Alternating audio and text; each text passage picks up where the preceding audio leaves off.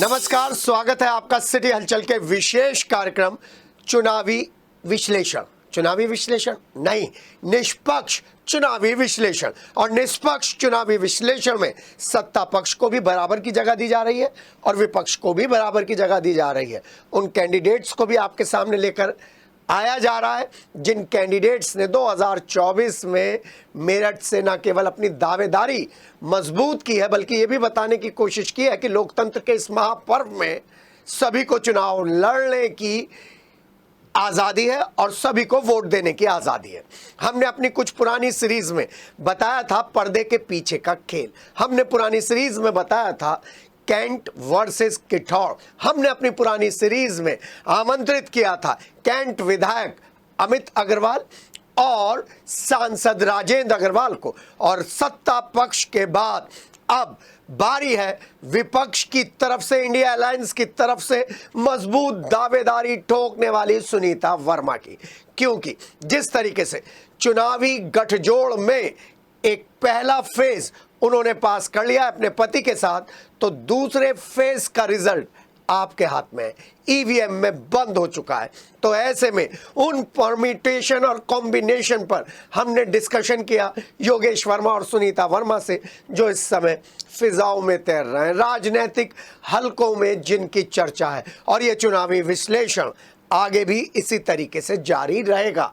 तो आज आपको लेकर चल रहे हैं योगेश वर्मा के पास, आज आपको लेकर चल रहे हैं सुनीता वर्मा के पास, और दोनों से जानने की कोशिश करेंगे कि इस चुनाव की जोड़ तोड़ के बीच में इतने कम समय में उन्होंने कैसे इतना मुश्किल चुनाव लड़ा है। तो इस मुश्किल चुनाव को लड़ने के पीछे सिर्फ एक ही इच्छा शक्ति थी, संघर्ष, संघर्ष और संघर्ष।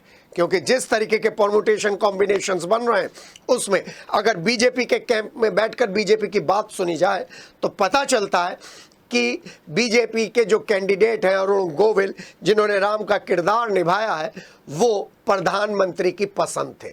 और अगर हम बात करें इंडिया अलायंस की तो पता चलता है ये किसकी पसंद है। पसंद ही के बारे में पता नहीं चलता। पहले तो भानु प्रताप आ जाते हैं, फिर अतुल प्रधान आ जाते हैं और लास्ट टाइम में दस्तक देते हैं योगेश वर्मा अपनी पत्नी के साथ। जी हाँ, आज इसी डिस्कशन को चुनावी विश्लेषण में हम शामिल कर रहे हैं। हम योगेश वर्मा, सुनीता वर्मा से जानने की कोशिश करेंगे कि उन्होंने किस तरीके से इस चुनावी मैनेजमेंट को आगे बढ़ाया। और हाँ, एक सवाल पर जरूर ध्यान दीजिएगा क्योंकि ये सवाल मैंने अमित अग्रवाल कैंट विधायक से भी पूछा था, मेरठ के सांसद राजेंद्र अग्रवाल से भी पूछा था और अब योगेश वर्मा से भी पूछा है कि क्या पर्दे की पीछे की राजनीति इस चुनाव में मुखर रूप से उभर कर आई है। क्योंकि पिछले चुनाव में भी बहुत सारे फाइनेंसर और पर्दे के पीछे के खेल करने वाले लोग लगातार काम करते रहते थे लेकिन उनकी चर्चा नहीं होती थी। लेकिन इस बार चर्चा हो रही है पर्दे के पीछे काम करने वाले लोगों की, क्योंकि एक जुमला पूरी राजनीतिक फिजाओं में घूम रहा है जिसे सिटी हलचल ने रिवील किया, जिसका पर्दाफाश सिटी हलचल ने किया। और वो जुमला है, जीते तो 5,000 से, हारेंगे तो 1 लाख से। तो चलिए चलते हैं सीधे योगेश वर्मा और सुनीता वर्मा के पास, जहां पर वो अभी भी चुनाव के बाद भी तैयारियों में लगे हुए हैं। किसकी तैयारियों में लगे हैं? काउंटिंग की तैयारी में लगे हैं। उन्होंने अपनी टीम बना रखी है और टीम के साथ साथ पूरी चारों विधानसभाओं में भेज रखा है कि चुनावी गणित, चुनावी वोटों की गिनती से पहले वो खुद मुतमईन हो जाएं कि कितने वोटों से जीत रहे हैं। चलिए पहले तो वो दिखाता हूं आपको फ्रेम, जिस फ्रेम में सुनीता वर्मा है, योगेश वर्मा है और उनके कार्यकर्ता हैं। चुनावी विश्लेषण, और चुनावी विश्लेषण के 2 ऑब्जेक्टिव हैं। पहला ये कि आप लोकतंत्र के इस महापर्व की उपयोगिता समझें और दूसरा ये कि विश्लेषण करते वक्त आप उन लोगों की भ्रामक बातों में ना फंस जाएं जिससे आपका बैंक बैलेंस 0 हो जाए। तो हम चुनावी विश्लेषण में विधायक अमित अग्रवाल से मिले हैं, सांसद राजेंद्र अग्रवाल से मिले हैं और शख्सियतों से मिलेंगे, लेकिन 2 बार जब सत्ता पक्ष को दिखा दिया तो विपक्ष का भी हिस्सा बनता है। तो हमने बड़ी मुश्किल से पकड़ा योगेश वर्मा को। योगेश वर्मा रणनीतिकार हैं, चुनाव लड़ाने का उन्हें अनुभव है, खुद भी चुनाव लड़े हैं। तो जब हम इनके घर पर आए तो हमें लगा कि सिर्फ पति पत्नी होंगे, 2-4 लोग होंगे, लेकिन हमें ये मिली कार्यकर्ताओं की भीड़। भीड़ नहीं है, सेलेक्टेड लोग हैं, और ये वो कर्मठ कार्यकर्ता हैं जिन्होंने योगेश वर्मा के साथ, सुनीता वर्मा के साथ इस चुनाव में हर पल खड़े होकर पल पल की अपडेट की। और जब चुनावी विश्लेषण में इस तरीके की चीज़ें हम दूसरी पार्टियों के पास जाकर ढूंढते हैं तो वो हमें नदारद मिलती हैं। हाँ, दावा यह है कि जीत 5000 से तो जीत होगी और हार होगी 1 लाख से। तो उस पूरे परिप्रेक्ष्य में हम बात करेंगे सुनीता वर्मा, पूर्व महापौर और वर्तमान में लोकसभा प्रत्याशी, और उनके पति योगेश वर्मा से, पूर्व विधायक हैं हस्तिनापुर के, और अपना कद सपा में इंच इंच कर कर बढ़ाते जा रहे हैं। तो आइए इस पूरे वार्तालाप में आपको लेकर चलते हैं जिसमें हम चुनाव विश्लेषण कर रहे हैं बिल्कुल निष्पक्ष तरीके से, और जानने की कोशिश करेंगे चुनाव लड़ने के लिए जो लोग तैयार हो रहे हैं उन्हें क्या क्या बातें ध्यान में रखनी चाहिए।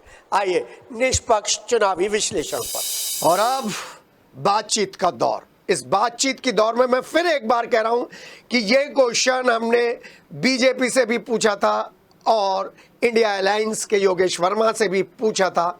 पर्दे के पीछे कौन एक्टिव है, नाम तो सामने नहीं आया है, लेकिन पता जरूर चल गया है कि योगेश वर्मा के साथ पर्दे के पीछे की कुछ ताकतें जुड़ी हुई थी।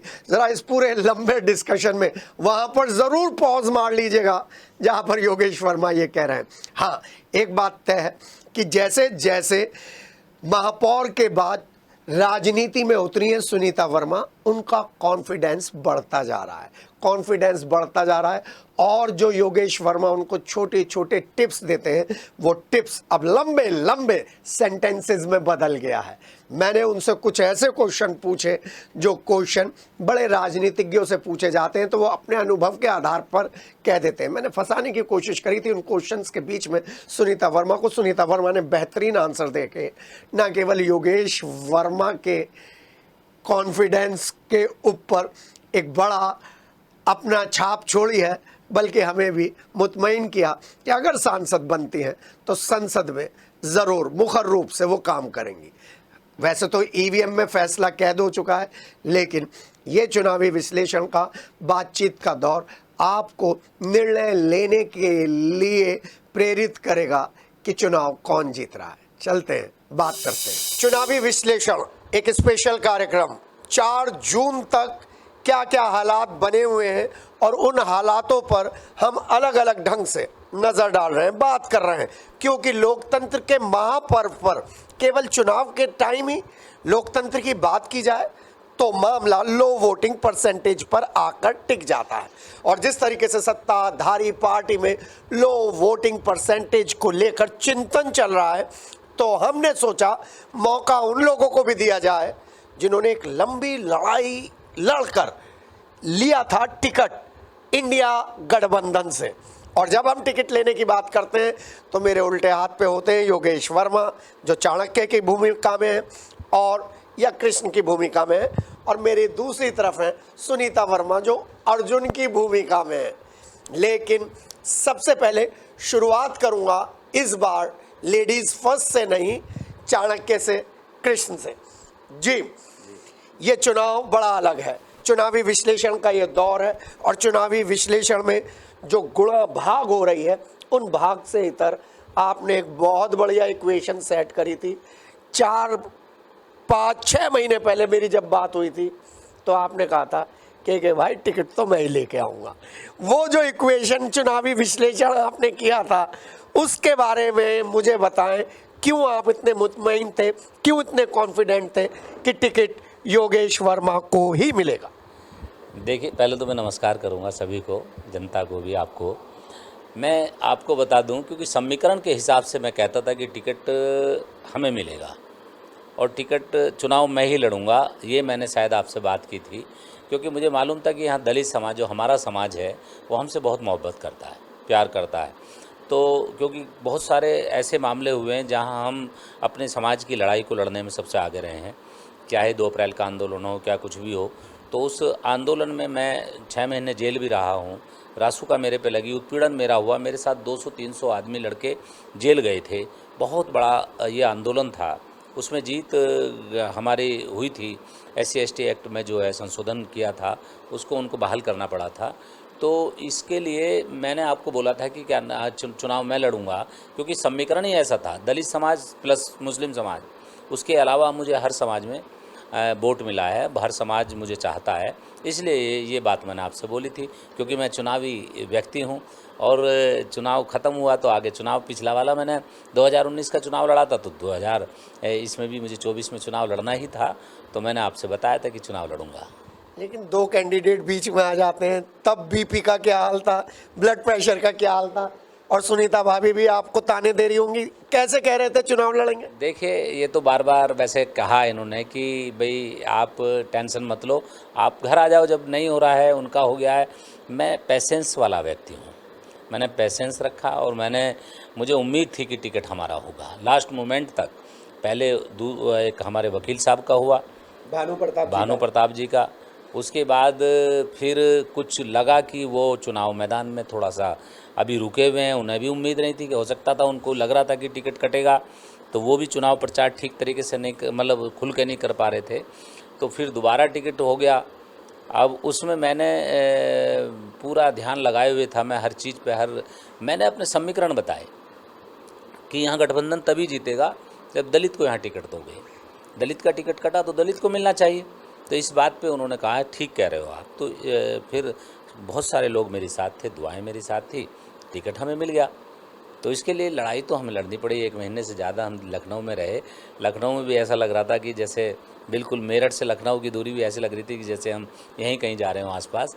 तो बहुत संघर्ष करना पड़ा। फिर बिना संघर्ष के हमें कुछ मिला भी नहीं आज तक जीवन में। हमने संघर्ष किया है हर चीज़। अगर अभी हमें लखनऊ जाना है, रेल के टिकट हमने टाइम से करा लिए, तो ट्रेन भी हमने भाग के पकड़ी। इतना संघर्ष हमारे जीवन में रहा है। ये है। दलितों के जीवन में संघर्ष है, कुछ स्थिति नहीं बदली। देखिए, संघर्ष है क्योंकि संविधान पे खतरा है। संविधान को मिटाना चाहते हैं लोग, संविधान में बदलाव लाना चाहते हैं। अभी जो प्रत्याशी थे यहाँ पे बीजेपी के, उन्होंने कहा था कि परिवर्तन होना चाहिए संविधान में भी, परिवर्तन प्रकृति का नियम है, ये इस तरीके से उन्होंने बोला। लेकिन हमने बोला कि जब SC/ST एक्ट के मामले में हम जेल जा सकते हैं, तो संविधान के साथ अगर किसी ने छेड़छाड़ की तो उसके लिए हम अपनी जान तक दे देंगे। हम संविधान के साथ कोई छेड़छाड़ नहीं, बदलाव नहीं होने देंगे। ये हमने डंके की चोट पे बोला, चुनाव में बोला, और चुनाव से अलग भी बोल रहा हूँ मैं कि अगर संविधान के साथ किसी ने भी छेड़छाड़ करने की कोशिश की तो बर्दाश्त नहीं किया जाएगा। एक अलग क्वेश्चन, बिल्कुल अलग क्वेश्चन, अगर ये सारी इक्वेशन सपा के साथ नहीं होती, आप BSP में होते या दूसरी पार्टी में होते, तो क्या अपना पक्ष सुप्रीम पावर के सामने टिकट लेने के लिए इतनी फिराक दिली से रख सकते थे? देखिए, जो हमारे राष्ट्रीय अध्यक्ष हैं माननीय श्री अखिलेश यादव जी, वो बहुत रहम दिल वाले व्यक्ति हैं, वो समीकरण समझते हैं। जो राष्ट्रीय अध्यक्ष जी ने और जो गठबंधन ने हमें टिकट दिया, तो ये हम आपको बता दें कि ये इन्होंने सारी समीकरण देखे। फिर वहाँ में और यहाँ में ज़मीन आसमान का अंतर है। यहाँ कार्यकर्ता की सुनी जाती है, राष्ट्रीय अध्यक्ष जी दिल से लगाव रखते हैं, सभी कार्यकर्ताओं को चाहते हैं। तो उनकी बहुत बड़ी मेहरबानी है कि एक दलित को जनरल सीट पे टिकट दिया है। और जनरल सीट पे टिकट भी जब लास्ट दिन टिकट हुआ 4 तारीख को, जब समय निकलता जा रहा था, तो उन्होंने हेलीकॉप्टर दिया। ये हमारे समाज को, दलित समाज को बहुत बड़ा सम्मान दिया है। इस चीज़ को हमारा समाज भूलेगा नहीं। और यही सोचकर समाजवादी पार्टी को भी दलित समाज ने वोट दिया और योगेश वर्मा को वोट दिया है। जी हाँ, ये अभी चुनाव के दौर के विश्लेषण में प्रो चुनाव हम आपसे बातचीत कर रहे हैं। चुनाव का टिकट लेना किसी जद्दोजहद से कम नहीं है। और मैं इस दौरान फेस एक्सप्रेशन सुनीता वर्मा के देख रहे थे, जब ये योगेश वर्मा एक्सप्लेन कर रहे थे सारी चीज़ें, तो संघर्ष तो जीवन है और संघर्ष से निकल कर ही फिर आगे बढ़ते हैं। जी बताऊंगा ये चीज़ भी जी। जब टिकट मेरी बात आई कि योगेश वर्मा का टिकट, मैं तो टिकट मांग रहा था, मेरा टिकट इन्होंने कटवा दिया। मैं आपको बता दूं, सुनीता वर्मा जी जब ये टिकट की बात आई तो मैं अपने लिए मांग रहा था, तो ये पता नहीं था कि क्या नाम है, परिस्थिति कुछ चेंज होगी। यहाँ जो मुखालिफ थे कुछ लोग, उन्होंने राष्ट्रीय अध्यक्ष जी से बता दिया कि योगेश वर्मा पे बहुत सारे मुकदमे हैं, ये है वो है, जबकि मेरे पे सारे चुनावी मुकदमे हैं जो आचार संहिता के सारे। तो एक और गुंडा एक्ट की क्या नाम है फाइल चलवा दी बिना मतलब में, फर्जी राजनीतिक 2 अप्रैल वाली। हाँ, 2 अप्रैल के ही उसमें मुकदमे डाल दिए। उसके बाद जो है मैं आपको बता दूँ, जिस पे रासू का लग गई हो उसमें गुंडा एक्ट का क्या मतलब, ये भी बात है। फिर उसमें 10 मुकदमे मेरे बरी हो गए। और मैं आपको बता दूं कि जब ये बात आई कि राष्ट्राध्यक्ष ने पूछा कि तुम्हें प्रशासन शायद चुनाव न लड़ने दे, मगर नहीं, ऐसा तो है नहीं, अगर मुझे जेल भेजेगा तो मेरी वोट और बढ़ेंगी, समाज और आक्रामक हो जाएगा कि भाई हमारे नेता को कैसे जेल भेज रहे हैं। तो फिर मैंने कहा चलो छोड़िए, मुझे छोड़िए, मेयर साहब को चुनाव लड़ा दीजिए। कहले हाँ ये ठीक रहेगा। पर उनके दिमाग में एकदम क्लिक कर गया। तो आप भाभी पे क्यों इल्ज़ाम लगा रहे हो? आपने तो खुद उनका नाम नहीं कमेंट किया। देखिए मैं और ये बात तो एक ही है जी। मेयर, ये लड़ी जनता ने वोट दिया पूरी ताकत के लेकिन साथ। एक बात कह दूं, आप लड़, अब जो वोट आएंगे 4 जून को उससे पता चलेगा। आप लड़ते तो कम वोट आते, ये लड़ियां तो ज़्यादा वोट आएंगे। हाँ, ये बात मैं मान रहा हूँ इस बात को, क्योंकि ये मेयर रही हैं, इन्होंने सेवा की है जनता की और बहुत मेहनत की है। और फिर इनके लिए बहुत सॉफ्ट कॉर्नर है सर्व समाज का। 2 सवाल। पहला सवाल, 2 अप्रैल की घटना ने आपको और मजबूत करा राजनीतिक रूप से और अंदर से भी। जी देखिए, जेल के अंदर बैठ के क्या सोचा करते थे आप? देखिए मैं जेल के अंदर तो ये सोचता था कि ये मेरा नसीब है कि मैं अपने समाज के लिए जेल आया हूँ, और समाज के लिए, अपने लोगों के लिए, गरीब लोगों के लिए अगर मरना भी पड़ जाए तो पीछे नहीं हटेंगे। पहली बात तो ये। दूसरी बात ये है कि इससे मुझे मजबूती मिली है। जो अपने समाज के लिए लड़ता हो, अगर हमारा समाज हमारे साथ नहीं होगा तो हम काहे के नेता हुए। जो अपने समाज के दुख दर्द को ना जानता हो, उनकी परेशानियों को ना जानता हो, जो उन समाज के साथ ना खड़ा होगा, तो वो फिर नेता नहीं है। और मैं आपको बता दूं कि उससे हमें मजबूती मिली है। और 2 अप्रैल के आंदोलन ने इस तरीके का, इन लोगों ने ऐसा माहौल बनाया था कि लाठियों से हमारे लोगों को मारा था, लोगों की खालें तक नोच ली थी। और जेल में जो लोग गए थे उनकी चिल्लाने की आवाज़ आज तक गूंजती है कानों में। इस तरीके से मारा गया था, उनके हाथ पैर तोड़ दिए गए थे। मतलब ये मैं आपको बता दूं कि ऐसा हाहाकार जलियांवाला बाग में भी ऐसा कांड नहीं हुआ था जिस तरीके का घेर के इन्होंने कंकरखेड़ा थाने में देखा।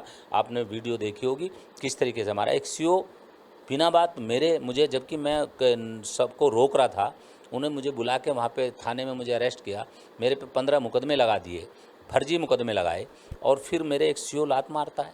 क्या मेरे समाज के सीने पे लात लगी है? मैं आपको बता दूं, ये जो वोट जो हुआ है और जो दलित समाज ने बढ़ चढ़ कर जो वोट लिया है, हमने बोल दिया कि 2 अप्रैल आंदोलन का बदला लेना है। 2 अप्रैल में जो इन्होंने अत्याचार और जुल्म किया है, उस लात का जवाब बटन दबा के लिया है। क्योंकि देखिए इनके पास लाठी है। आज किसान इन्होंने मारे हैं, इन्होंने वकीलों पे लाठियां बरसाई हैं, इन्होंने व्यापारी छोटा मारा है, और ये इन्होंने सब लोगों को मारा है। पीटे पीटे एक हो गए, मैं आपको बता दूं। और पीटे पीटे एक होने के बाद में तब जाके इसका भाजपा का सुपड़ा साफ होने वाला, पूरे देश से जाने वाले हैं। देखना क्या होने वाला है। आपकी सबसे ज़्यादा मदद जो करी है वो आपके विरोधियों ने की है। अखिलेश यादव के सामने आपका पूरा बायोडेटा खोल दिया, आपको कुछ बताने की ज़रूरत नहीं पड़ी। देखिए मैं आपको बता दूं, उसमें भी नाम होता है। मैं पेशेंस वाला बताया मैंने, मैं देखता रहा क्या चल रहा है, क्या चलेगा। लेकिन मुझे पता था चुनाव मैं लड़ूंगा। लास्ट में टिकट हो गया, फिर नॉमिनेशन भी हो गया, लेकिन मुझे भरोसा था, बाबा साहब भीमराव अम्बेडकर जी पे भरोसा था, सभी महापुरुषों पे भरोसा था, सभी देवी देवताओं पे भरोसा था कि चुनाव मैं लड़ूंगा। और दुआएं चल रही थी, सब लोग नमाज पढ़ रहे थे तो दुआ दे रहे थे, दुआ कर रहे थे। मंदिरों में जा रहे थे तो प्रार्थना कर रहे थे, चर्च में जा रहे थे तो प्रार्थना कर रहे थे, गुरुद्वारा में मेरे लिए अरदास लगाई जा रही थी। तो सब लोगों ने मेरी मदद की है। जी हाँ, इसलिए चुनावी विश्लेषण में उन स्थितियों को सामने लेकर आना जरूरी है जिसकी वजह से लो वोटिंग परसेंटेज पर चर्चा कर सके। ये कारण है क्यों एक कैंडिडेट ऊपर उठ जाता है, क्यों उसकी कॉन्टिन्यूटी कहीं ना कहीं ब्रेक होती है, और क्यों इस कॉन्टिन्यूटी के बल पर लास्ट आवर पर, अंतिम घंटे पर टिकट छीन के लाते हैं योगेश वर्मा। अब बात करेंगे सुनीता वर्मा से, क्योंकि मैंने वो दौर भी देखा है जब बड़ी मुश्किल से तैयार किया गया था सुनीता वर्मा को घर से बाहर निकलने के लिए। योगेश वर्मा की शक्ति ज़रूर है, लेकिन कहीं ना कहीं प्रेरणा भी है। ये अपने मुंह से नहीं कहेंगे, लेकिन मुझे मालूम है। अब जब आप 4 जून का इंतजार कर रही हैं, उस वक्त क्या आपके दिमाग में चल रहा है? सफलता मिलेगी, असफलता मिलेगी? पहले तो धन्यवाद सिटी हलचल का और आप लोगों का कि इंटरव्यू मेरे से बात करने के लिए बहुत शुक्रिया। और मैं कहना चाहूँगी कि जो आप पूछ रहे हैं कि 4 जून का जो इंतज़ार सभी को है, आप लोगों को भी है, मुझे भी है, जिन लोगों ने सबने मेरे कार्यकर्ता, मेरे भाइयों ने सबने मेहनत करी है, सभी को इंतज़ार है और इसकी सफलता हमें पूरी मिलेगी। पूरा मुझे विश्वास है, सब समाज मेरे साथ था, सबका आशीर्वाद मेरे साथ है, तो इसलिए हमारी जीत निश्चित है। इसलिए पूरे कॉन्फिडेंस से मैं कह रही हूँ कि हमारी जीत निश्चित होगी। दोनों की आपकी लड़ाई, आपका चुनावी कैंपेन बिल्कुल अलग अलग था, लेकिन घर से जब एक साथ निकलते थे तो क्या सोच कर निकलते थे? क्या योगेश भाई कहते थे कि आज इस तरीके से करना? कुछ ऐसी टीचिंग वीचिंग देते थे? नहीं, कुछ नहीं ऐसी मिली। घर से हम निकलते थे, लेकिन ये दूसरे दौर पे और मैं अलग प्रचार के लिए। इन्होंने अलग प्रचार संभाला क्योंकि समय बहुत कम मिला था। हमने सिर्फ लोगों में जाके अपनी वोटों की अपील की। चुनाव के लिए जो है भैया, हमें जो माननीय अखिलेश यादव जी ने जो टिकट दिया है, तब हमें उसका सम्मान बचाना था। सभी हमने अपने दलित भाइयों से, मुस्लिम भाइयों से वोटों की अपील कर करके हमने सिर्फ प्रचार, कम समय में इतने ज़ोरों से प्रचार उठाया कि सब मेरे साथ, ऐसा सब समाज जुड़ता चला गया। हमारी बातों को सुन के उन्होंने बातों में ली और जो है जैसे जैसे हमने अपनी बात रखी तो उनकी भी समझ में आया कि हाँ, जो है हमें यहाँ से जीतना है और हमें इनको जिताना है।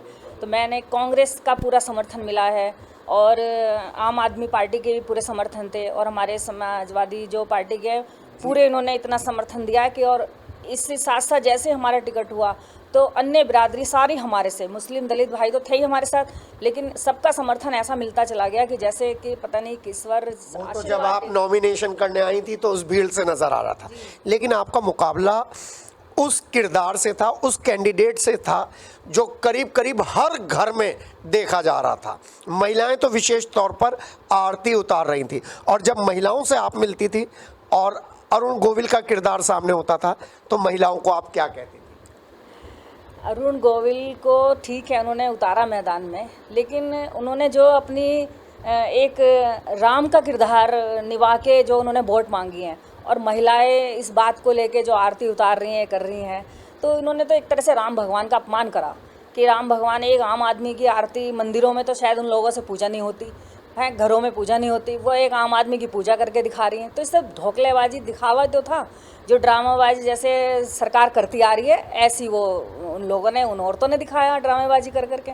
तो इसलिए जो है भगवान की, तो भगवान तो दिलों में, मंदिरों में है, तो उनकी पूजा करनी चाहिए। एक प्रत्याशी के रूप में वो उतारे हैं, तो प्रत्याशी के रूप में तो जो है ये सब ठीक नहीं था करना जो उन लोगों ने करा। धीरे धीरे परिपक्व होती जा रही हैं, मैच्योर होती जा रही हैं राजनीति में, कहाँ पर चोट करनी है बिल्कुल सही कर रही हैं। आपने किन किन क्षेत्रों में चुनाव प्रचार करा योगेश भाई से अलहदा? मैं किठौर में भी गई हूँ, हापुड़ में भी गई और मेरठ में भी हमने बहुत जगह करा। मतलब जैसे लिस्ट तैयार हो जाती थी कि इधर आपको आज इस दौरे पे जाना, आज हमें इस दौरे पे जाना है, तो हमने प्रचार करीब करीब सब जगह पहुंच के करा है कि आधे से ज़्यादा टीम हमारे अन्य भाई थे, वो भी सब लगे हुए थे कि समय कम मिला था, सब कम बजे की वजह से मैं हर जगह नहीं पहुंच पाई थी, लेकिन जितनी समय में पूरी कोशिश, पूरा प्रयास करा, जहां तक हम पहुंच सके वहां तक पहुंचे और सब घर घर तक हमने अपनी बात पहुंचाई है कि साइकिल का निशान है कि साइकिल के सामने वाला बटन दबाना है, ये हर घर में पहुँचाई हमने बात। आप मेयर भी रह चुकी हैं, जब आप इन जगहों पर जा रही थी तो देख रही थी कि डेवलपमेंट का कार्यक्रम कैसा चल रहा है, कैसा डेवलपमेंट हुआ है आपके बाद? बिल्कुल, उसका तो हमें पूरा सहयोग मिला जी। पूरा 5 साल जैसे महापौर भी रहे तो पूरा काम करा और उन्हीं सड़कों पे जाके हमने जो बनवाई है, मेयर की सड़कें जो बनी, मेयर के टाइम पे हमने काम कराया अरबों रुपए का, तो उन सड़कों पे जाके हमें वोट मांगने का भी हक था और हमें कोई झिझक भी नहीं हुई क्योंकि हमने लोगों के बीच रह के काम भी कराया। उसका हमें पूरा समर्थन मिला, पूरा सपोर्ट मिला और ऐसे ही हम आगे जीत के जाएंगे आगे तो ऐसे लोगों का समर्थन फिर मिलेगा और हम लोगों के काम आएंगे। जब आप इंटरव्यू देती हैं तो योगेश भाई की धड़कनें बढ़ी रहती हैं, ऐसा क्यों होता है? उन्हें लगता है शायद मैं कुछ ज़्यादा ना बोल जाऊं या गलत ना बोल जाऊं। तो नेता को तो बोलना चाहिए। नहीं, जितना ठीक है उतना बोलना चाहिए ना, ज़्यादा नहीं बोलना चाहिए। अच्छा, आप ज़्यादा बोलती हैं? नहीं, ज़्यादा भी नहीं बोलती। तो आप क्या समझाएंगे योगेश भाई को कि अब मैं नेता बन गई हूँ, मुझे बार बार मत समझाया करो। वो नेता हैं, वो उनकी बराबरी मैं कहाँ कर सकूँ, पुराने नेता हैं, मैं तो अभी के नेता हूँ। जी हाँ, इसीलिए चुनावी विश्लेषण में हम यहाँ पर आ रहे हैं। अगर जीती सुनीता वर्मा आप, तो आप कितने वोटों से जीते? ये आंकड़ा तो जी लाखों में जा रहा है, सब आप लोग ही बताते हो कि लाखों से जीत हो रही है, जो है लाखों का आंकड़ा ऊपर जा रहा है, इससे जीतेंगे हम। दलित वोट आपसे कटा है? नहीं कटा, दलित वोट भी हमें मिला है, पूरा वोट मिला है हमें। थोड़ा बहुत तो देखो, हर सारी वोट अपनी नहीं होती, तो इसलिए थोड़ा तो कटा ही होगा हर जगह से, तो इसलिए ज़्यादा से ज़्यादा वोट हमें मिली है जी। और एक बात और बताइए, क्या वो जो कांग्रेसी आप लोगों के साथ जुड़े थे, वो कांग्रेसियों ने आपको वोट डाला होगा? बिल्कुल वोट डाला जी, बिल्कुल दिल से, एक उससे मेहनत से जैसे लगे हुए थे हमारे साथ, उसी मेहनत से उन्होंने वोट भी दिलवाई है, पूरे हक से काम करा उन्होंने पार्टी ने। उनका तो धन्यवाद है कि पूरा जो दिल से जुड़े हुए थे वो हमारे साथ पूरे लास्ट टाइम तक जी। एक बात और बताइए, जब आप अलग अलग जगहों पे जा रही थी, किठौड़ में जा रही थी, कैंट में जा रही थी, आप दक्षिण में भी गई हैं, तो वहाँ की वोटिंग परसेंटेज से को लेकर आपको सबसे ज़्यादा कौन से क्षेत्र से, कौन सी विधानसभा से सबसे ज़्यादा वोट मिले होंगे जो आपने दौरा किया? ऐसा तो जी वोट खुलने के बाद ही बताऊंगी कि कहाँ से मिले हैं, लेकिन फिर भी आपको लेकिन क्या लगा पूरा रिस्पॉन्स चारों विधानसभाओं से पूरा रिस्पॉन्स मुझे बढ़िया मिला है, और सारी क्लियरिटी तो आप 4 तारीख में पता चलेगा। चलिए जी, अब आपके पास आ रहा हूँ मैं, मुझे लग रहा है आप इसे इंटरव्यू कर लूँ। एक बात बताइए, लो वोटिंग परसेंट, पहले भाभी से ही पूछ लूँ, लो वोटिंग परसेंटेज का आपको क्यों कारण लग रहा है, क्यों इतने कम वोट पड़े हैं इस बार? ऐसे तो इतना परसेंटेज ठीक है, कमी में ये आपके फायदे का है, इसलिए आप कह रहे हैं ठीक है। इसलिए हाँ, इसलिए हमारे फायदे का हुआ, परसेंटेज कम हुआ है तो हमारे फायदे का, इसलिए मैं कह रही हूँ ठीक पड़ेगा। योगेश भाई, लो वोटिंग परसेंटेज को लेकर लगातार चर्चा है, बीजेपी में तो इसको लेकर आरोप प्रत्यारोप का दौर शुरू हो गया। लो वोटिंग परसेंटेज का एज अ पॉलिटिशियन आप क्या कारण ढूंढ रहे हैं? देखिए, वोट सबको डालना चाहिए, वोट डालने का अधिकार सबको है, जो नागरिक है देश का उसको वोट डालना चाहिए। दूसरी बात यह है कि लो जो वोटिंग परसेंटेज हुआ है, ये बाहरी प्रत्याशी जो हमारा नहीं हुआ है, हम तो लोकल के थे, जो हमारे वोटरों ने सब ने वोट डाला है, करीब 70, 75, 80% तक हमारा वोट डाला है। लेकिन जो बाहरी प्रत्याशी की वजह से बीजेपी का वोट परसेंटेज डाउन हुआ है, और उसका असर पड़ा है पूरे मेरठ में। जितनी भी विधानसभाएं थी उसमें सबसे ज्यादा आपको कहां से लग रही है उम्मीद की लीड लेके जाओगे? कुछ जगह वोटों में मैं आपको वैसे अभी बताता हूँ लीड का भी, कुछ वोट परसेंटेज डाउन ये भी हुआ है कि वोटों को बखेरने के लिए थोड़ी सी वोट कहीं दूसरे बूथ पे लगा दी, कहीं दूसरे बूथ पे लगा दी, और आज व्यक्ति जो वोट डालने वाला वो लाइन में लगा, और जब जाके ये पता चला कि तुम्हारी इस बूथ पे, इस पोलिंग स्टेशन पे नहीं, कहीं दूसरी जगह आपका वोट है, तो इस वजह से भी थोड़ा सा डाउन हुआ है। दूसरी बात यह है कि कुछ वोटें कटी हैं, उससे डाउन हुआ है, वोटें भी बहुत सारी कटी हैं, मोहल्ले के मोहल्ले गायब हो गए। अच्छा, दूसरा मैं ये कहूँगा कि जो हमारे जो परसेंटेज जो हमें जीत का जो बता रहे हैं आप, जो है 4 विधानसभाएं हमारी, जैसे शहर है, दक्षिण है, किठौर है और हापुड़ है, बम्पर वोट इन चारों में हमारा, और कैंट में भी हमें बहुत ज़बरदस्त वोटिंग हुआ है। कैंट में कुछ एरिया ऐसे हैं कि जहां हमें एक तरफा वोट मिला है, और जो बीजेपी की वोट हैं उनमें भी हमने सेंधमारी की है। मैं तो उनका भी धन्यवाद अदा करूंगा जो अंदर से हमें चुनाव लड़ा रहे थे, बहुत सारे लोग थे। देखिए, हमने कहा था ना, पर्दे के पीछे लड़ाने वाले चुनाव के बारे में हम जरूर डिस्कशन करेंगे। मेरा अगला क्वेश्चन यही था, वही क्वेश्चन आपने करा, पर्दे के पीछे का चुनाव आपको बहुत हेल्प कर रहा था। क्योंकि वो इस वजह से करा कि वो जो बाहरी प्रत्याशी का मामला था, तो उसको कोई मतलब मान नहीं रहा था यहाँ कि क्या नाम है, हम बाहर कहाँ जाएंगे, बम्बई थोड़ी जाया जाएगा काम के लिए, तो उसका हमें बहुत बड़ा बेनिफिट है। फिर जहाँ वो गए, ना तो किसी ने हाथ मिलाया, उन्होंने हाथ मिलाया, ना किसी गले मिले। एक वाल्मीकि समाज के यहाँ जाते हैं खाना खाने, और जाके खाने से हाथ जोड़ लेते हैं, उसका बहुत बड़ा असर पड़ा है कि वाल्मीकि समाज ने सोचा कि हमारा बहुत बड़ा इन्होंने जो है अनादर कर दिया और हमारा अपमान किया है, तो वो हमें वोट बहुत मिला है। तो इसलिए या तो जाना नहीं चाहिए, ढकोसला नहीं करना चाहिए, जाए गए थे तो खाना चाहिए था। तो तो ये दलितों पे जो इस तरीके के करते हैं कि खाने का ड्रामा करते हैं और फिर लाते हैं 5 स्टार होटल का खाना, तो ये भी ठीक नहीं था। दूसरी बात यह है कि हमें जहाँ भी वो गए अरुण गोविल जी, वहाँ हमारी 20-50 वोट बढ़ा के आए हैं। वो वोट मैं तो ये कहूँगा कि जिस जगह भी गए ऊपर से नहीं उतरे, हम तो ज़मीन पर चल के वोट मांग रहे थे। वो जहाँ गए हमारे 10-20 वोट, हम तो उनका भी शुक्रिया अदा करेंगे कि जहाँ भी वो गए हैं हमारी वोट बढ़ाई है उन्होंने। अब ज़रा आपकी सपा के बारे में बात कर लें। जब आपने सपा ज्वाइन करी थी तो सबसे ज़्यादा आपका विरोध जो लोग कर रहे थे किटौर से, शहर से, उनका एटीट्यूड आपके साथ कैसा रहा इस बार? देखिए, शाहिद मंजूर जी ने पूरी ताकत लगाई, पूरी तरीके से उन्होंने चुनाव, सबसे ज़्यादा विरोध भी किया था आपका सपा में? सबसे ज़्यादा मेहनत भी उन्होंने की है चुनाव में, बहुत अच्छी मेहनत की है। रफ़ीक अंसारी जी ने मेहनत की है, आदिल चौधरी साहब ने मेहनत की है, और जो पार्टी के बहुत सारे जो दिग्गज नेता हैं, सब लोगों ने मेहनत की है। बीएसपी के जो नेता छोड़ के गए थे अब वो अब कहीं नहीं है, उनके बारे में ज़रा थोड़ा सा बताएं। देखिए, जो दलित नेता थे, उन दलित नेताओं ने सब ने हमें चुनाव लड़ाया, चाहे वो भाजपा में थे, चाहे वो बसपा में थे, चाहे वो कहीं पे भी थे। बसपा के अभी आप बता रहे थे बाहर बैठ के कि जहाँ बसपा का बूथ था, मैं वहाँ जाकर पूछा, बस्ता लगा हुआ था कि भाई वोट तो हम योगेश वर्मा को दे रहे हैं, तो फिर आप ऐसा क्यों कर रहे हो? कहने लगे भाई वो हमारा नेता है, हमारे लिए जेल गया, सारी चीज़ें हैं।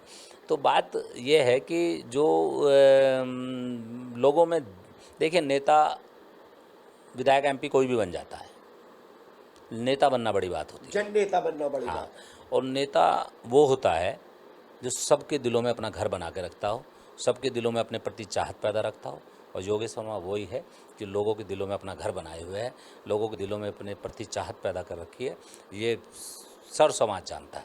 अरुण गोविल जी से आप मिले इस चुनावी पूरे प्रोग्राम में? देखिए, मैं तो नहीं मिला। आप मिली? मैं मिली थी जी, क्या हुआ?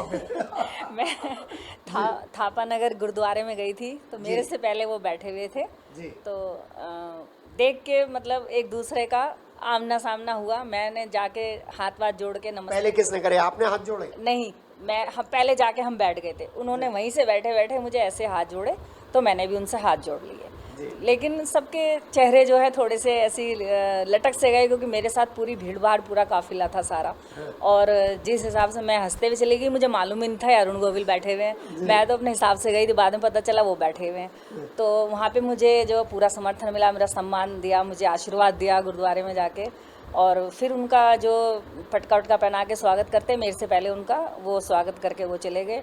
लेकिन गुरुद्वारे में भी मुझे पूरा सम्मान मिला, उन्होंने मुझे वहाँ माइक दिया बोलने के लिए।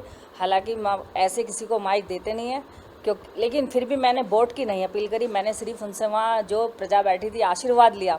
आशीर्वाद के रूप में मैं उनसे अपनी बात कह आई थी, जैसे जो मुझे कहना था, और मुझे गुरु गोविंद जी का आशीर्वाद मिल ही गया था। तो ये मेरा आमने सामने उनसे बात हुई, और वो मुझे देख के एकदम वहाँ से फुर हो गए थे। इनकी इस तकरीर पे 10 में से कितने नंबर देंगे आप? ये तो आपको भी नहीं मालूम होगा। देखिए, हाँ, नहीं, मुझे मालूम तो था, वहाँ पे गए थे, गुरुद्वारे में बुलाया था इनको। इतनी डिटेल में नहीं मालूम होगा। 10 में से 10 ही नंबर मिलेंगे ना, उसमें कोई शक की बात ही नहीं है, क्योंकि भाई चुनाव इन्होंने भी मजबूत लड़ा है। और मैं आपको बता दूं, हर क्षेत्र में जहां इनको भेजा, रात मैं आपको बता दूं कि ये हापुड़ में जब गई थी, हापुड़ में रात के 9 बज गए थे, 9 बजे वहां से चले, और 3 मीटिंग आके इन्होंने शहर में की। एक दिन रात को 12 बजे तक इन्होंने मीटिंग की, मतलब जो हमारी परमिशन की मीटिंग थी 10-11 बजे, उसके बाद 2-4 जगह बैठने गए। मतलब इन्होंने, मैं जितनी मेहनत मैंने की है उतनी मेहनत इन्होंने भी की है। दूसरी बात, उतनी ही मेहनत शाहिद मंजूर जी ने की, रफ़ीक अंसारी या जो भी नेता थे, सब लोगों ने मेहनत की है। मैं आपको इतना बताना चाहता हूँ कि कांग्रेस के पदाधिकारियों ने रिकॉर्ड तोड़ा है जी। कांग्रेस के पदाधिकारियों ने बड़ी बड़ी मीटिंगें की, सारे लोगों को घुमाया। वे, उनका मनोबल अप था अपने नेता को लेके। उन्होंने कहा था कि हम नफ़रत के बाज़ार में मोहब्बत की दुकान खोले बैठे हैं। कांग्रेस की बात करिए आपने, तो यहाँ 2 लोग मुझे नज़र आ रहे हैं। ज़रा 1 मिनट संजय, ज़रा घुमाएं, मैं कुर्सी छोड़ रहा हूँ, आपके बीच में आऊँगा। यहाँ पर बैठे हैं भाई आदाब। आदाब भाई। इस बार मुस्लिमों ने साइकिल चलाई है। बिल्कुल 100% चलाई है। क्यों? वो याकूब भाई तो कह रहे थे कि आ जाओ बीएसपी में। याकूब भाई का कोई जादू नहीं चलेगा, योगेश जी हर किसी के दिल में रहते हैं। बेसिक क्या था कि टिकट सुनीता वर्मा जी का होना उसी दिन तय हो गया था कि हमें साइकिल चलानी। जी, साइकिल चलानी है। एक और मुस्लिम भाई बैठे हैं, उनसे जरूर पूछेंगे। और मैं ऊपर देख रहा हूं एक पुराना साफा वाला योगेश वर्मा जी का पुराना फोटो। भाई, मुस्लिमों को बीजेपी ने कोई नुकसान तो पहुंचाया नहीं, लेकिन सपा पे क्यों पहुंच गए? असल में सपा जो योगेश भाई हैं वो जो है मुसलमानों के मतलब बिल्कुल दिल के अंदर है इस टाइम। वजह यह है क्योंकि जो भी लोग इनके पास आते हैं अखिलेश यादव की वजह से या अपनी शख्सियत? नहीं, इनकी तो अपनी शख्सियत है जी। समाजवादी पार्टी को मुसलमान वो करता है, मगर इस बार जो है वो योगेश भाई की वजह से जो है मुस्लिम ने एक तरफा वोट दिया।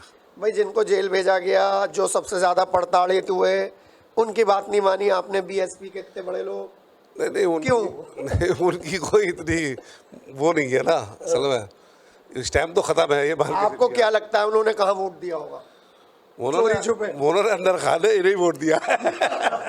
जी हाँ, इसलिए मैं चुनावी विश्लेषण कर रहा हूँ। इस चुनावी विश्लेषण में जब चौपाल के साथ बैठते हैं, घर पे बैठते हैं, तो आपको लगना चाहिए कि कितना महत्वपूर्ण काम है। कानून बनते हैं उस संसद में, जिस संसद में ये लोग जाएंगे 4 जून के बाद, और उसमें लो वोटिंग परसेंटेज होती है। और लो वोटिंग परसेंटेज के बाद एक कैंडिडेट तो 48 घंटे के अंदर चला जाता है, दूसरा कैंडिडेट मेरठ में रहता है। और ये इंटरव्यू तो मैं बहुत लंबा खींच सकता हूँ, क्योंकि योगेश भाई के पास दास्ताने चुनाव है। लेकिन 2 महत्वपूर्ण बात, आपने मेरी बात बीच में काट दी थी, फिर आपसे पूछ रहा हूँ, कहाँ से लीड करेंगे? किठौर से, शहर से, हापुड़ से, कैंट से, कहाँ से? हम कैंट में भी लीड करेंगे, मतलब लीड को जो उनकी बीजेपी की लीड होती थी उसको डाउन कर देंगे। और उसके बाद शहर और हम दक्षिण से बिल्कुल नॉर्मल हो जाएंगे, मतलब लेवल में आ जाएंगे। उसके बाद हमारा जो ये हापुड़ है और जो हमारा किठौर है, हम उसको अप कर देंगे। अच्छी वोटों से हम जीत रहे हैं, बहुत अच्छी वोटों से हम जीतेंगे। और जो कैंट में, क्योंकि हमें सर्व समाज की वोट मिली है, कैंट में हमें कोई ऐसी जाति नहीं बची जिसमें हमें वोट ना दिया हो, तो इसलिए हम अच्छे मार्जिन। और अप्रैल का महीना कैंट में ही हुआ था। हाँ जी, 2 अप्रैल का मामला कैंट में हुआ था, 26 अप्रैल को वोट वहीं पड़ा था। तो इस सब चीज़ें याद रही थी। हमने बोल दी थी कि लाठी का हिसाब लेना है तो आपको एक एक वोट जो है साइकिल के सामने वाला बटन दबाना है। आप बीएसपी के बड़ा जुझारू नेता रहे थे, इस बार बीएसपी को कितने वोट मिलेंगे आपके हिसाब से? देखिए, बीएसपी को वोट ये तो काउंटिंग में पता चलेगा। जमानत बचा लेंगे? मुझे नहीं लगता, जमानत तो हस्तिनापुर में भी नहीं बची थी। जी। लेकिन मैं आपको बता दूं, दलित समाज मुझसे प्यार करता है, मोहब्बत करता है। भाई साहब, घुमाओ मत रास्ते में। मैं ये बीएसपी के लिए पूछ रहा हूँ, उन्हें कितने वोट मिलेंगे आपकी गणना के अनुसार? देखिए, 1 लाख से नीचे, 1 लाख से ऊपर? नहीं, नीचे 50,000 से ऊपर, नीचे, आसपास। आसपास? हाँ। ये कैलकुलेशन कर लो। हाँ, दूसरी बात ये बीजेपी के लिए फायदेमंद रहेगा या आपके लिए? देखिए, जो फ़ायदेमंद तो जो भी हुआ है, बीएसपी वाला कैंडिडेट लड़ा वो हमारे फ़ायदे में, क्योंकि त्यागी वोट भी वहाँ गया है। दूसरा, ठाकुर समाज ने भी हमें वोट दिया है, और जाट समाज, गुजर समाज, हर समाज ने हमें। गुजर ने भी दिया? हाँ, गुजर ने हमें, आप देख लीजिए वहाँ। भैया तो प्रधान जी का टिकट कट गया है, गुजर कैसे दे देगा आप? करमवीर गोमी जी हमारे नेता हैं जी। आपको शायद जानकारी में नहीं होगा। ओमपाल गुजर जी खरखोदा में हमारे नेता हैं, करमवीर गोमी जी हो गए, और कई नेता हमारे गुजर समाज के सब लगे हुए थे। पवन गुजर हों, जो कई गुजर हमारे ऐसे ज़बरदस्त तरीके से लगे हुए थे जिन्होंने हमें वोट दिलवाया है। और एक हमारे यहाँ के कुंडा के जो पार्षद रहे हैं, कि उनका नाम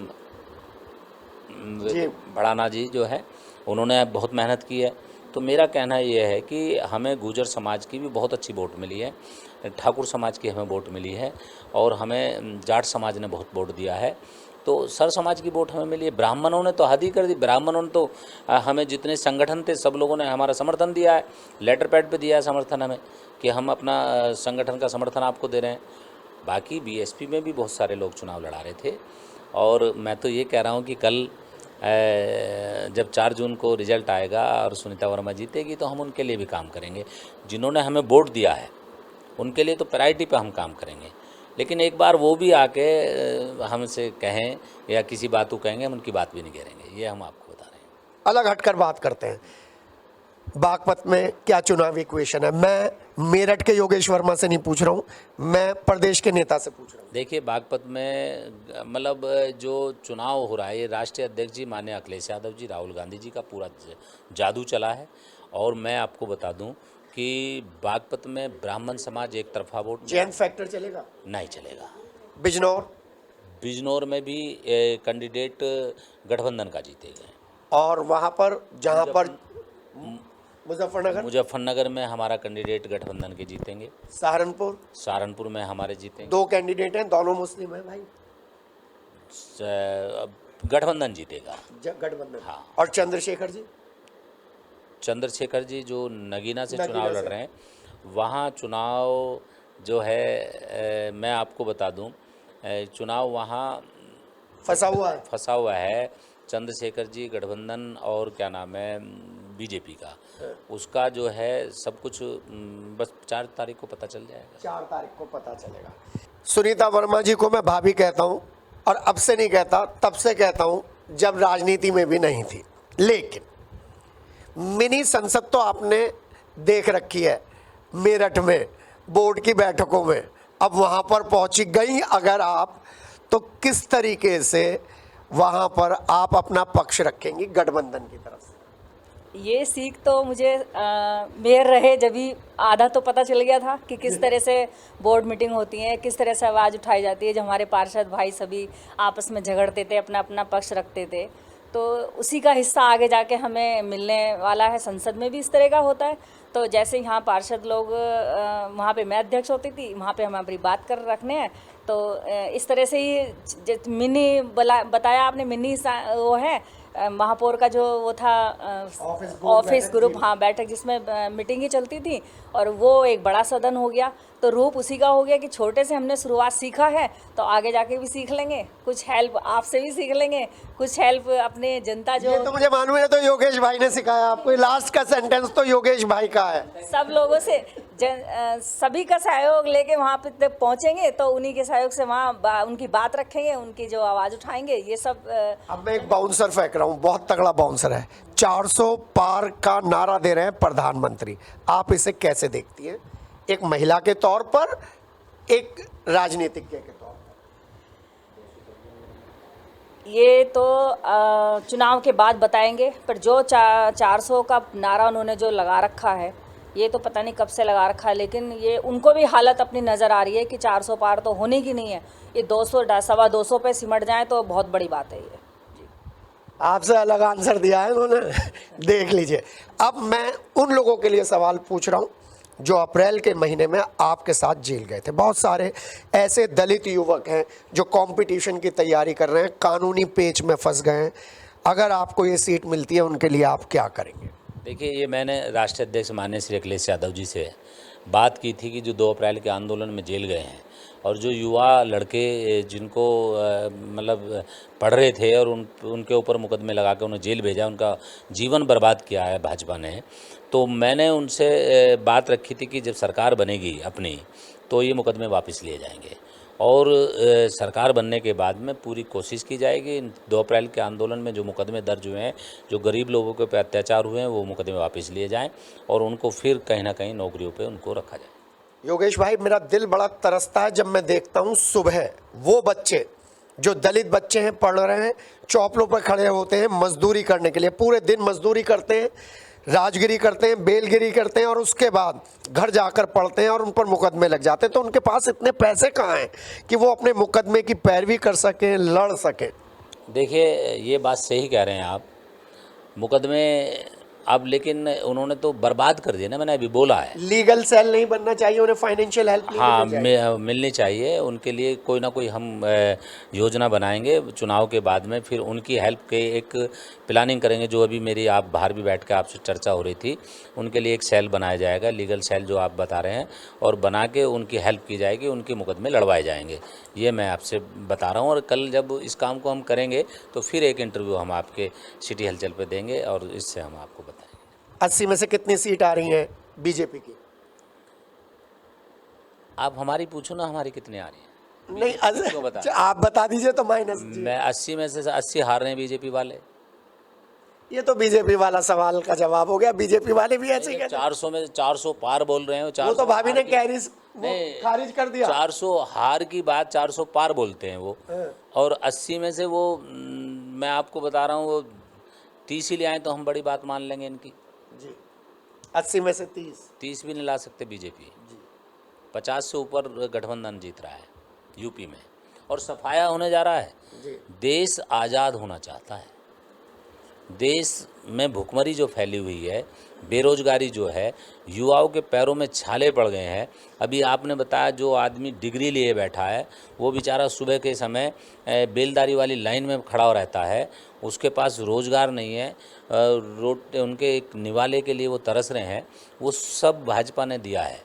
एक 5 किलो गेहूं दे के वोट लेने की हमारे बाबा साहब ने कहा था, जब जो सरकार फ्री में कोई चीज़ देने लगे समझो तुम्हारे साथ बहुत बड़ा कुछ ना कुछ होने वाला है गलत। तो इसलिए मैं ये कह रहा हूँ कि अब की बार तमाम लोग समझ गए इनकी साजिशों को, और गठबंधन को सब वोट दे रहे हैं। गठबंधन की सरकार बनने जा रही है, परिवर्तन होने वाला है, और बहुत जल्दी खुशहाली आने वाली है देश में। जी अंतिम सवाल सुनीता वर्मा से करूंगा। शुरुआत योगेश वर्मा से की थी। कितनी सीटें, कितने वोटों के अंतर से जीतने वाली हैं आप? 1 लाख के आसपास पूरा समर्थन जो जैसा मिला है उस हिसाब से 1 लाख के आसपास से जीत होगी हमारी। जी हाँ, बीजेपी वाले कहते हैं, जो मैं बैठता हूँ उनमें, वर्कर्स, कोर वर्कर, जीते तो 1 लाख से जैसा भाभी ने कहा, और हारे तो 5000 से। इस बारे में क्या एक अंतिम आपका वर्जन? बीजेपी वाले जीते तो 1 लाख, जीते तो 5000 से, हारे तो 1 लाख से। तो फिर वो जो पहले ही बता रहे हैं वो पुराना।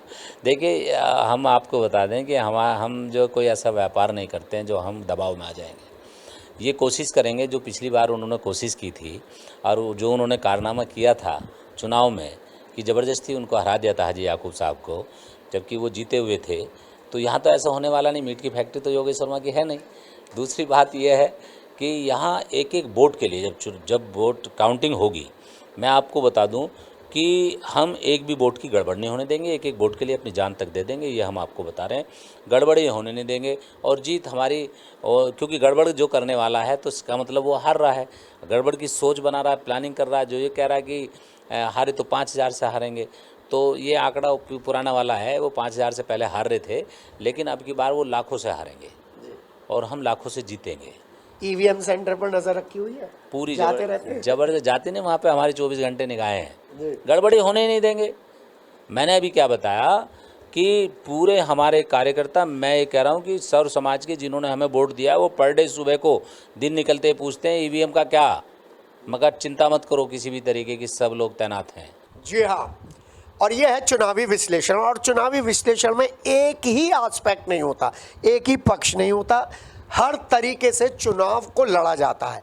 चुनाव से पहले की तैयारी, चुनाव के दौरान की तैयारी और चुनाव के बाद की तैयारी, इन तीनों पर हमने योगेश वर्मा और सुनीता वर्मा से बैठकर विश्लेषण किया है और जानने की कोशिश की है कि जो दावा किया जा रहा है गठबंधन के प्रत्याशियों के द्वारा, योगेश वर्मा और सुनीता वर्मा के द्वारा, कि 1 लाख वोटों से जीतेंगे, उसके पीछे कारण क्या है।